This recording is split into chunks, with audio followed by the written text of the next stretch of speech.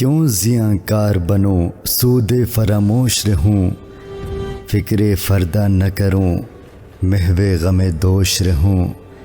نالے بلبل کے سنوں اور ہمتن گوش رہوں، ہم نوا میں بھی کوئی گل ہوں کہ خاموش رہوں، جرت آموز میری تاب سخن ہے مجھ کو، شکوہ اللہ سے خاکم بدہن ہے مجھ کو۔ شکوہ کے پہلے بند میں شاعر نے تمہید اٹھائی ہے کہ آخر کب تک یوں ہی خاموش بیٹھا ہوا اپنی بربادی کا تماشا دیکھتا رہوں گا، کب تک اپنے مستقبل سے غافل رہوں گا۔ جب مجھے گویائی کی طاقت دی گئی ہے تو اللہ تعالیٰ کو اپنی روداد غم کیوں نہ سناؤں۔ ہے بجا شیوے تسلیم میں مشہور ہیں ہم، قصہ درد سناتے ہیں کہ مجبور ہیں ہم، ساز خاموش ہیں فریاد سے معمور ہیں ہم، نالا آتا ہے اگر لب پہ تو معذور ہے ہم۔ اے خدا شکوے ارباب وفا بھی سن لے، خوگرے ہم سے تھوڑا سا گلا بھی سن لے۔ دوسرے بند میں شاعر کا کہنا ہے کہ اے خدا، یہ سچ ہے کہ تسلیم و رضا ایک مسلمان کا شیوا ہے، لیکن میرے دل میں اس قدر شدید درد ہے کہ میں صبر نہیں کر سکتا، اس لیے کہ اگر میں تیری بارگاہ میں اپنے درد کا قصہ بیان کرتا ہوں تو مجھے معذور سمجھ کر معاف کر دے، اور اپنے عاجز بندے سے جو حمد و ثنا کا عادی ہے تھوڑا سا گلہ بھی سن لے۔ تھی تو موجود ازل سے ہی تیری ذات قدیم، پھول تھا زیب چمن پر نہ پریشان تھی شمیم، شرط انصاف ہے اے صاحب الطاف امیم، بوئے گل پھیلتی کس طرح جو ہوتی نہ نسیم، ہم کو جمعیت خاطر یہ پریشانی تھی ورنہ امت تیرے محبوب کی دیوانی تھی۔ یہ سچ ہے کہ تو اپنی ذات کے اعتبار سے قدیم ہے، یعنی ایک زمانہ ایسا بھی تھا جب تو موجود تھا مگر تیری صفات کی جلوہ گری نہیں ہوئی تھی، یعنی یہ کائنات نہ تھی۔ اب تو خود انصاف کر کہ اگر مسلمان نہ ہوتے تو تیری صفات کا علم دنیا والوں کو کیسے ہوتا؟ بس مسلمانوں نے دنیا والوں کو تیرے نام سے اور تیری صفات سے آگاہ کر دیا، ہم نے ساری دنیا میں تیرے نام کو بلند کیا، اور اس سلسلے میں ہم نے جس قدر کوشش کی یہ ہماری راحت خاطر کا باعث تھی، ورنہ تیرے محبوب کی امت دیوانی تو نہیں تھی کہ اس نے بلا وجہ ساری دنیا کو اپنا دشمن بنا دیا۔ ہم سے پہلے تھا عجب تیرے جہاں کا منظر، کہیں مسجود تھے پتھر کہیں معبود شجر، خوگرے پیکرے محسوس تھی انسان کی نظر، مانتا پھر کوئی اندھے کے خدا کو کیوں کر، تجھ کو معلوم ہے لیتا تھا کوئی نام تیرا،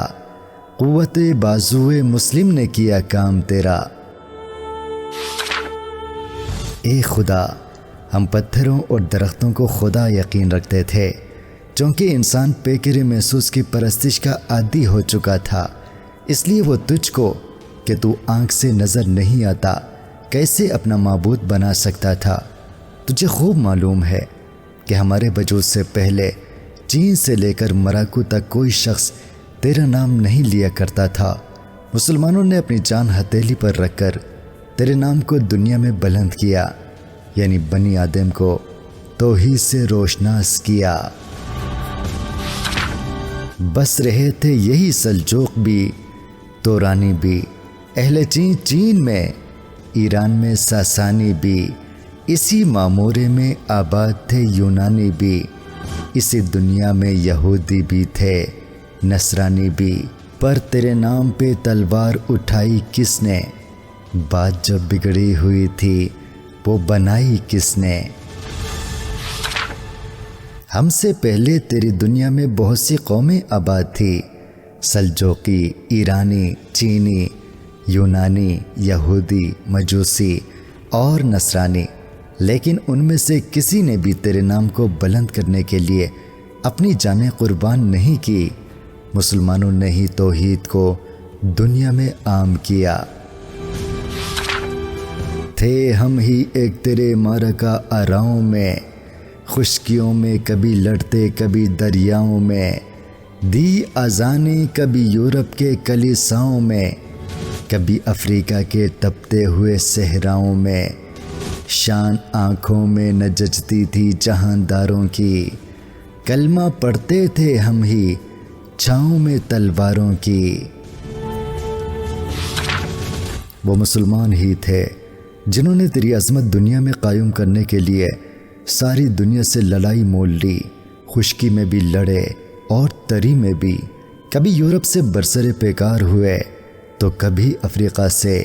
ہم نے دنیا کے تمام بادشاہوں کا مقابلہ کیا اور ان کو زیر کر کے توحید کا پرچم بلند کیا۔ ہم جو جیتے تھے تو جنگوں کی مصیبت کے لیے، اور مرتے تھے تیرے نام کی عظمت کے لیے، تھی نہ کچھ تیغ زنی اپنی حکومت کے لیے، سر بکف پھرتے تھے کیا دہر میں دولت کے لیے، قوم اپنی جو زر و مال جہاں پر مرتی، بت فروشی کے عوض بت شکنی کیوں کرتی۔ ہم اگر جیتے تھے تو تیری راہ میں جہاد کے لیے، اور مرتے تھے تو تیرے نام کو دنیا میں بلند کرنے کے لیے۔ ہم نے کبھی مال و دولت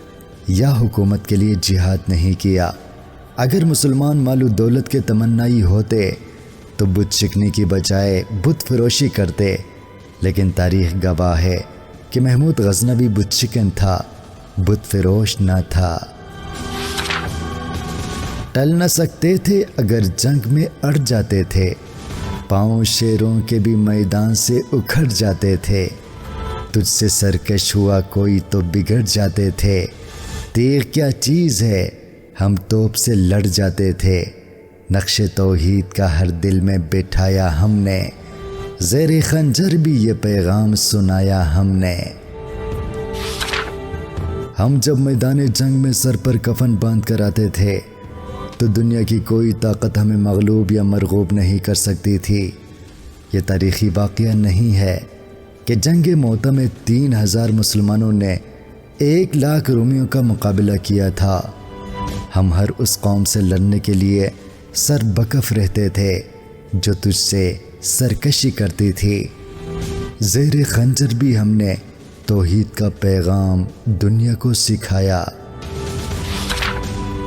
تو ہی کہہ دے کہ اکھاڑا در خیبر کس نے،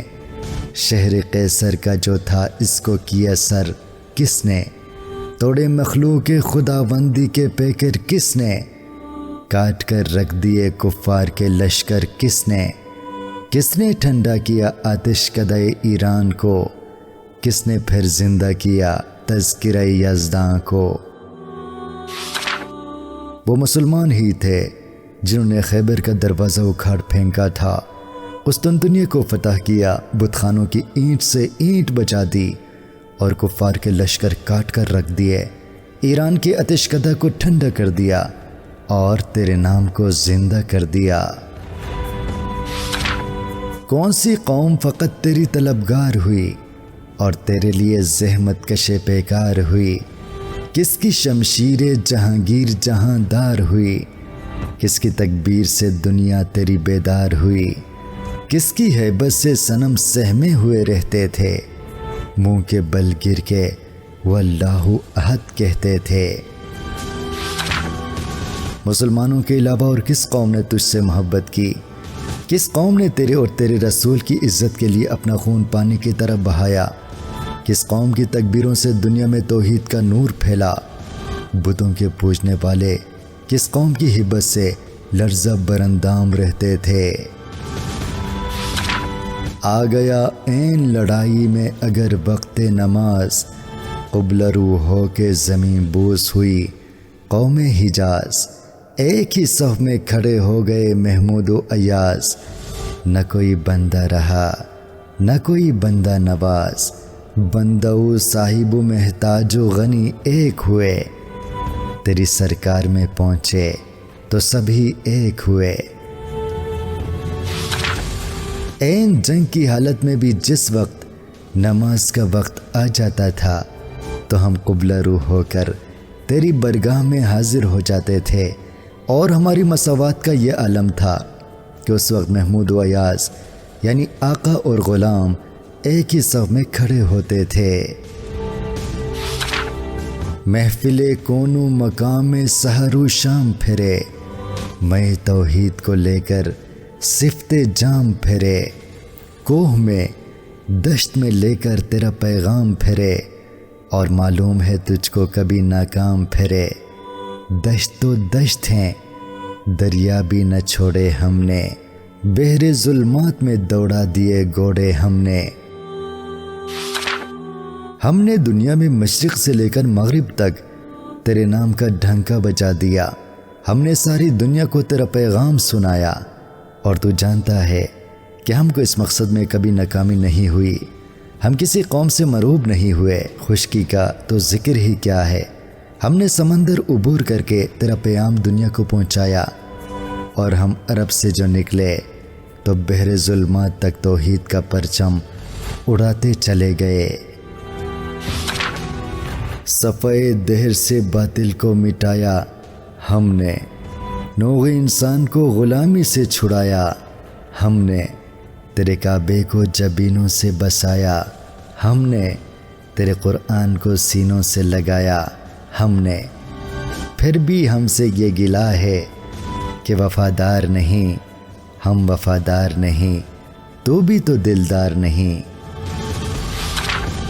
ہم نے دنیا سے کفر کو مٹا دیا، اور بنی آدم کو ہر قسم کی خامی سے آزادی عطا کی، ہم نے تیرے کعبے کی حفاظت کی، اسے آباد کیا،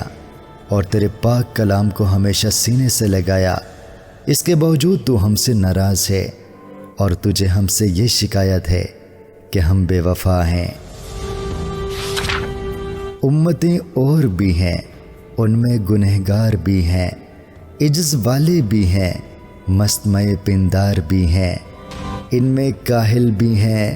غافل بھی ہیں، ہوشیار بھی ہیں، سینکڑوں ہیں کہ تیرے نام سے بیزار بھی ہیں۔ رحمتیں ہیں تیری اغیار کے کاشانوں پر، برق گرتی ہے تو بیچارے مسلمانوں پر۔ ہمارے علاوہ اس دنیا میں دوسری قومیں بھی آباد ہیں، ان میں نیک بھی ہیں اور بد بھی، باعمل بھی ہیں، اور بہت سے لوگ تیرے منکر بھی ہیں، اس کے باوجود تو ان پر مہربان ہے، لیکن مسلمان تیری نظر و کرم سے محروم ہیں۔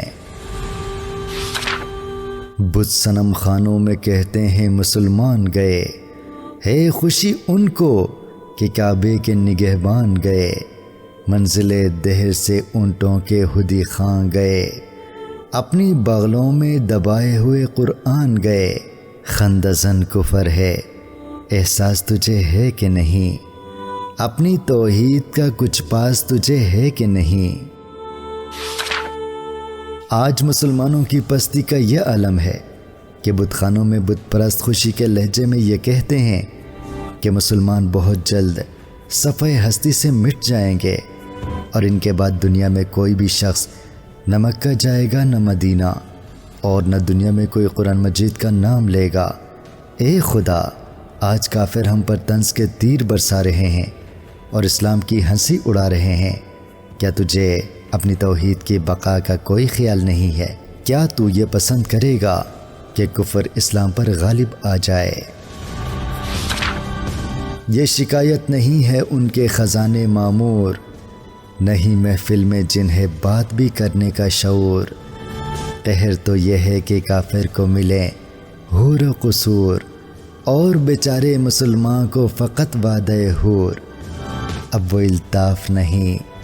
ہم پہ عنایات نہیں، بات یہ کیا ہے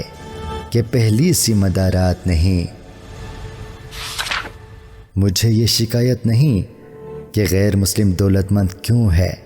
افسوس صرف یہ ہے کہ ان کو ساری نعمتیں حاصل ہیں، اور مسلمانوں سے صرف یہ وعدہ ہے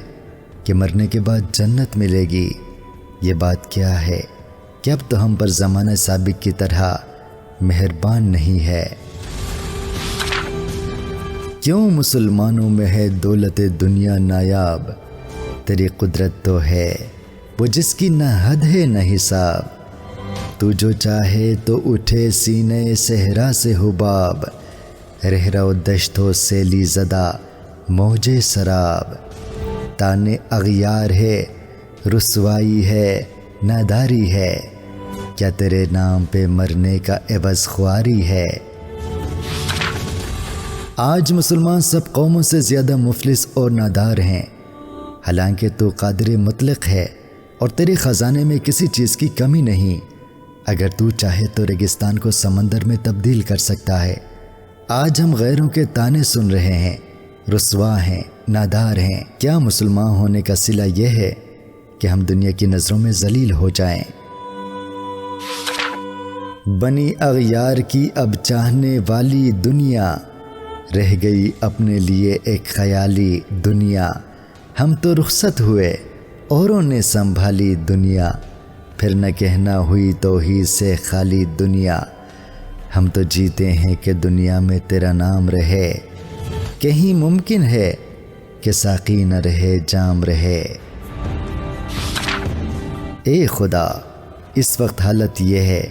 کہ دنیا اور اس کی دولت تو اغیار کے قبضے میں ہے، مسلمان صرف خیالی دنیا میں رہتے ہیں، تیری دنیا پر انہیں کوئی اقتدار حاصل نہیں ہے۔ اے خدا، ہم تو اس لیے دنیا میں رہنا چاہتے ہیں کہ توحید قائم رہے اور تیرا نام زندہ رہے، لیکن یہ تو ناممکن ہے کہ مسلمانوں کے فنا ہو جانے کے بعد بھی تیرا نام باقی رہے۔ تیری محفل بھی گئی، چاہنے والے بھی گئے، شب کی آہیں بھی گئی، صبح کے نالے بھی گئے، دل تجھے دے بھی گئے، اپنا صلہ لے بھی گئے، آ کے بیٹھے بھی نہ تھے اور نکالے بھی گئے، آئے عشاق گئے وعدے فردا لے کر، اب انہیں ڈھونڈ چراغ رخ زیبا لے کر۔ اے خدا، آج یہ کیفیت ہے کہ مسلمان ہر جگہ ذلیل و خوار ہیں، اور جو لوگ تیرے نام پر سر کٹانے کے لیے تیار رہتے ہیں رفتہ رفتہ ختم ہو رہے ہیں۔ انہوں نے اگر تجھ سے محبت کی تو اس کا صلہ بھی انہیں مل گیا، انہوں نے تیرے نام پر سر کٹایا تو نے ان سے جنت کا وعدہ کیا اور ہنستے ہوئے رخصت ہو گئے، لیکن اب ان لوگوں سے تیری محفل خالی ہو چکی ہے۔ درد لیلا بھی وہی، قیس کا پہلو بھی وہی، نجد کے دشت و جبل میں رمے آہو بھی وہی، عشق کا دل بھی وہی، حسن کا جادو بھی وہی، امت احمد مرسل بھی وہی، تو بھی وہی، پھر یہ آزردگی غیر سبب کیا مانی، اپنے شیداؤں پہ یہ چشم غضب کیا مانی۔ اے خدا، اسلام کی خوبیاں بدستور موجود ہیں اور مسلمانوں کی اسلام سے محبت بھی برقرار ہے، حج کعبہ کا سلسلہ بھی اسی طرح جاری ہے، مسلمانوں کے جذبات عاشقی اسی طرح زندہ ہیں، اسلام کی دلکشی بھی بدستور قائم ہے، ہم بھی وہی ہیں اور تو بھی وہی ہے جو تھا، پھر اس ناراضگی کا سبب کیا ہے؟ تجھ کو چھوڑا کہ رسول عربی کو چھوڑا، بتگری پیشہ کیا بت شکنی کو چھوڑا، عشق و عشقی اشفتہ سری کو چھوڑا،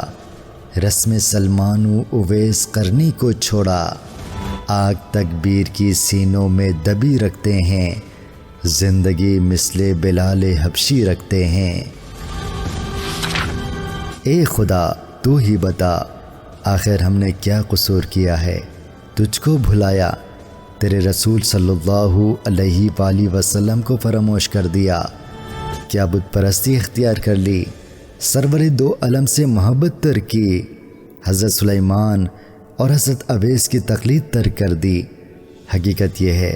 کہ ہم تو اب بھی توحید کی آگ اپنے سینوں میں پوشیدہ رکھتے ہیں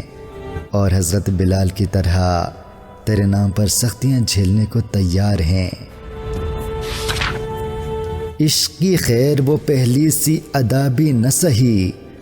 جادۂ پیمائی تسلیم و رضا بھی نہ سہی، مضطرب دل صفت قبلہ نما بھی نہ سہی، اور پابندی آئین وفا بھی نہ سہی، کبھی ہم سے کبھی غیروں سے شناسائی ہے، بات کہنے کی نہیں تو بھی تو ہر جائی ہے۔ یہ معنی کہ ہم عشق و محبت میں اسلاف یعنی اگلوں کا مقابلہ نہیں کر سکتے،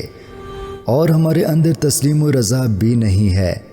جو ان بزرگوں میں پایا جاتا تھا، اور ہم اس حد تک اسلام کے پابند اور شریعت کے وفادار نہیں، لیکن گستاخی معاف، کبھی ہم سے کبھی غیروں سے شناسائی ہے، یہ نکتہ ہمیں سمجھ نہیں آتی۔ سرے فارام پہ کیا دین کو کامل تو نے، ایک اشارے میں ہزاروں کے لیے دل تو نے، آتش اندوز کیا عشق کا حاصل تو نے، پھونک دی گرمی رخسار سے محفل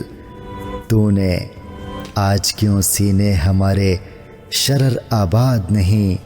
ہم وہی سوختہ سما ہیں تجھے یاد نہیں۔ یہ حقیقت ہے کہ اسلام کا آفتاب کوہ فراں کی چوٹیوں سے طلوع ہوا اور تو نے اس دین کو کامل کر دیا، چنانچہ ہزاروں لاکھوں آدمی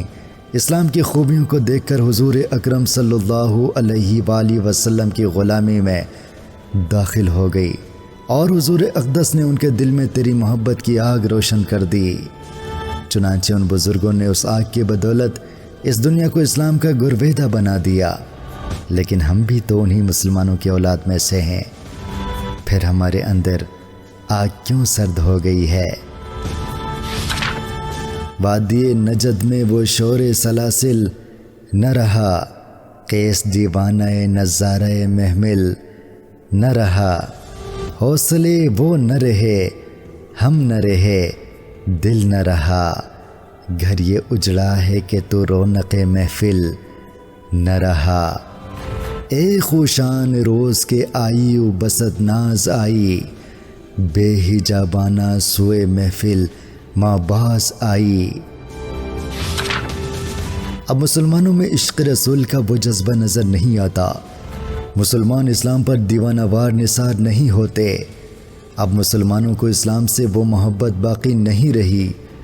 حقیقت تو یہ ہے کہ اب نہ ہمارے اندر حوصلہ ہے نہ ہمت ہے، آخر کیا بات ہے؟ کاش تو پھر ہم پر ایک نگاہ کرم کرے اور پھر ہماری محفل میں تشریف فرما ہو۔ بادہ کش غیر ہیں گلشن میں لبے جو بیٹھے، سنتے ہیں جام بکف نغمے کوکو بیٹھے، دور ہنگامے گلزار سے یکسو بیٹھے، تیرے دیوانے بھی منتظر ہو بیٹھے، اپنے پروانوں کو پھر ذوق خود افروزی دے، برق دیرینہ کو فرمان جگر سوزی دے۔ اے خدا، آج یہ حالت ہے کہ اغیار عیش و عشرت کی زندگی بسر کر رہے ہیں، دنیا کی نعمتوں سے لطف اندوز ہو رہے ہیں، ان کی محفل ایسے بہت دور سمٹے سمٹائے کچھ فاقہ مست مسلمان بیٹھے ہیں اور تیری نگاہ کرم کے منتظر ہیں۔ اے خدا، تو ہم پہ اپنا فضل نازل کر اور ہمارے دلوں میں پھر اپنی محبت کی آگ روشن کر دے۔ قوم آوارہ انان تاب ہے پھر سوئے حجاز، لے اڑا بلبل بے پر کو مذاق پرواز، مضطرب باغ کے ہر غنچے میں ہے بوئے نیاز، تو ذرا چھیڑ تو دے تشنہ مضراب ہے ساز، نغمے بیتاب ہیں تاروں سے نکلنے کے لیے، طور مضطر ہے اسی آگ میں جلنے کے لیے۔ اے خدا،